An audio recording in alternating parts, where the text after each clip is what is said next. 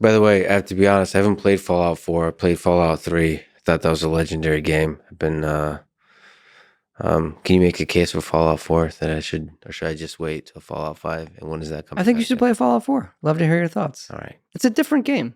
Skyrim is too. I mean, it's We try to make them all different. They all they have are fundamentally different. they all have their in own tone. Yeah, so Fallout 3 and Fallout 4 intentionally a very different tone. Oh, really? Yeah. Interesting. Yeah.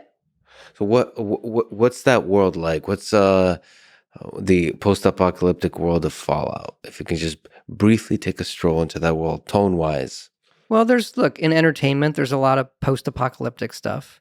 And what makes Fallout tick is the world that was left behind, the world that blew itself up, this utopian world of nuclear energy, and it all goes wrong. So I love the American dream of that, like how they visioned the future in the 50s and that blowing itself up. I think that's like a super interesting place to explore, which is why we always wanted to play in that world. And it does an amazing job of sort of weaving, the drama and darkness of a post-apocalyptic world with B-movie humor. It winks at the camera sometimes, often actually, and that when you're in that world, it just has this its own unique flow and vibe outside of anything else kind of in that genre. So Elder Scrolls has, or at least Skyrim has some humor. Has a little bit. But Yeah. Fallout leans into it a little more. A little bit more. Yeah, it does. It's like ironic humor. It's the duck and cover. It's to get under your desk if the bomb comes and everything will be fine. It's that type of humor. So the funny thing is, I do think Fallout 3 is one of the greatest games ever. You've said that, quote, when we started Fallout 3 in 2004, we obviously had big ideas of what we could do with it, and I talked to a lot of people, from ex-developers to press folks to fans. What made it special? What are the key things you'd want out in a new one?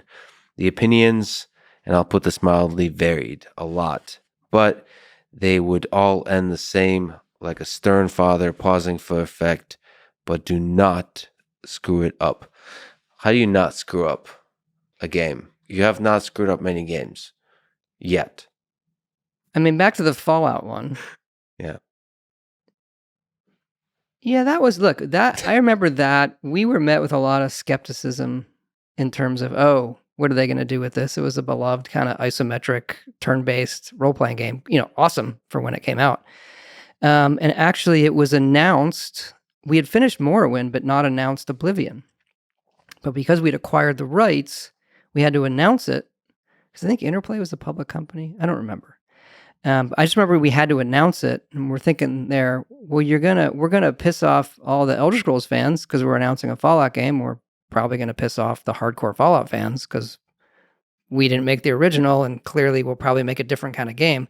So I do remember, there was a lot of concern with all of our fans and fans of Fallout at the time, and so I think it was pretty rewarding for us that game found the audience and success that it did.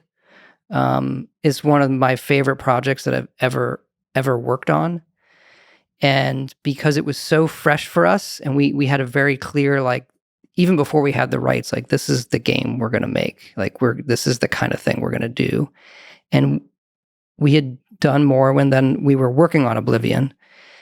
And it was kind of a breath of fresh air to do it. And what's kind of remarkable is Fallout 3 comes out just, 2.5 years after Oblivion. And we did all this DLC for Oblivion. So we were really, really kind of prolific in how our development, how it was going. And so I just remember enjoying making that game so much because it was everything we were doing was new. Which aspect of the world creation, was there some innovation, like technically, that was happening? The world creation, like, it was, obviously a different look, even though very few of us had worked on the Terminator things.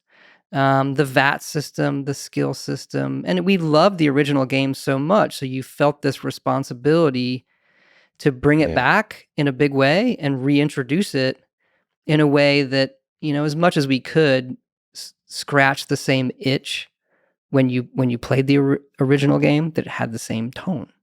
Are there some favorite things to you about that world that just kind of connect you? Is it the humor? Fallout 3, I love. Again, I usually start with the beginning. I love the beginning.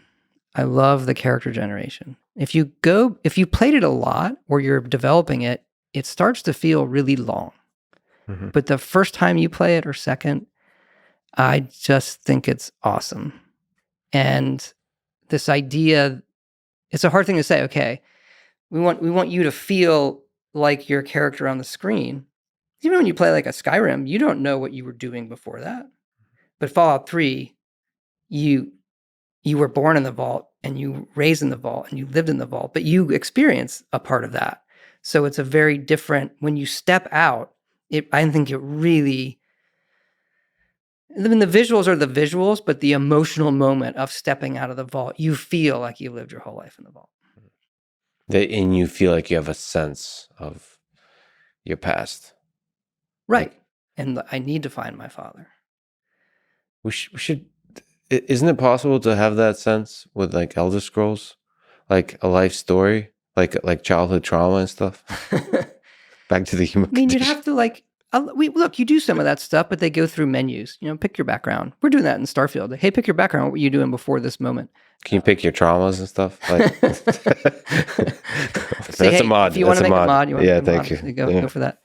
And then also make a mod for like a therapist. But a lot of it, is in your head. So you're gonna do that. You're gonna pick this background. You do these things, and you're sort of like, this is who I was. Yeah. And we intentionally with Elder Scrolls kind of make it as much of a blank slate.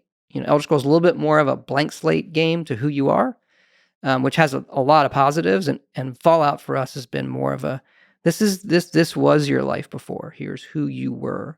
Go be who you want to be, but this is the background. It's a little more strict.